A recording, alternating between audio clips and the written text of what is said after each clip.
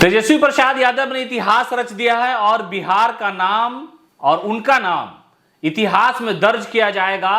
ऐसा इसलिए कहा जा रहा है क्योंकि बिहार का कोई पहला ऐसा पर्यटन मंत्री होगा जो भारत के बाहर जाकर के बिहार में लोगों को बुलाने की दावत देने पहुंच जाता है। दरअसल बिहार के डिप्टी सीएम तेजस्वी प्रसाद यादव पर्यटन मंत्री भी है नीतीश कैबिनेट में, और वो पर्यटन को बढ़ावा देने के लिए बिहार से बाहर किसी दूसरे राज्य में नहीं बल्कि भारत से बाहर वो जापान चले गए हैं और वहां जाकर के इन्वेस्टरों को कह रहे हैं कि आप बिहार आइए, यहां पर हालात बहुत अच्छे हैं, यहां की सरकार बड़ी अच्छी चल रही है, इसलिए आपको आना चाहिए और वहां पर निवेश कीजिए ताकि बेरोजगारी का जो आलम है उसमें कमी आ सके।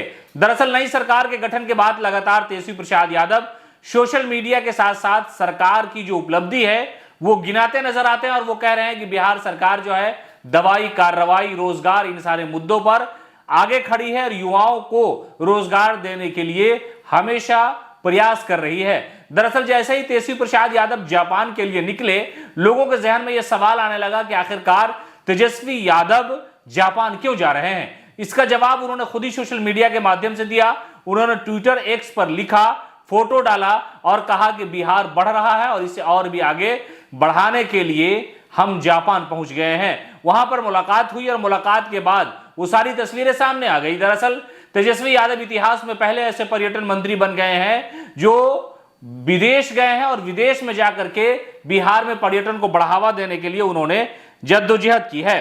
बिहार के उप मुख्यमंत्री तेजस्वी यादव जापान के दौरे पर हैं। लोगों में चर्चा हो रही थी कि आखिरकार तेजस्वी जापान क्यों गए हैं। इसका खुलासा उन्होंने खुद ही कर दिया और टोक्यो पहुंचने के बाद उन्होंने तस्वीर डाल करके ये सारी चीजें साफ साफ उन्होंने कह दी है। दरअसल तेजस्वी प्रसाद यादव को लेकर के यात्रा और बिहार में निवेश को लेकर के जो कोशिशें हैं उसकी सराहना उनके कार्यकर्ता, उनके नेताओं के द्वारा किया जा रहा है। दरअसल जापान और जो बिहार का एक कनेक्शन है वो बहुत मजबूत है, इसलिए कि उनका जो आध्यात्मिक रिश्ता है वो बौद्ध धर्म की वजह से है। बौद्ध धर्म के मानने वाले बड़ी संख्या में लोग वहां रहते हैं और बिहार के गया में उनका खास रिश्ता इसलिए जुड़ जाता है क्योंकि सालों की कठोर साधना के बाद बिहार के बोध गया में ही बोधि वृक्ष के नीचे भगवान बुद्ध को ज्ञान की प्राप्ति हुई थी, जिसके बाद गौतम भगवान बुद्ध बन गए थे और गौतम से भगवान बुद्ध बनने के बाद जो रिश्ता है जापान का वो बिहार से बहुत ही गहरा हो गया।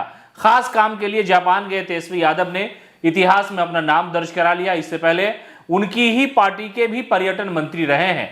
भारतीय जनता पार्टी, जनता दल यूनाइटेड की सरकार काफी दिनों से बिहार में रही, फिर आरजेडी कांग्रेस की सरकार बिहार में रही, तो इस दौरान कई पार्टियों के पर्यटन मंत्री बिहार में काम करते रहे हैं। लेकिन तेजस्वी यादव जैसे पर्यटन मंत्री बने हैं, उन्होंने पर्यटन को बढ़ावा देने के लिए बड़ा प्रयास किया और इस प्रयास में एक बहुत बड़ी जो मिसाल है वो पेश किए तेजस्वी यादव ने कि वो जापान पहुंच गए और वहां जाकर उन्होंने तस्वीर डाली और इतिहास में अपना जो नाम है वो दर्ज करा लिया है।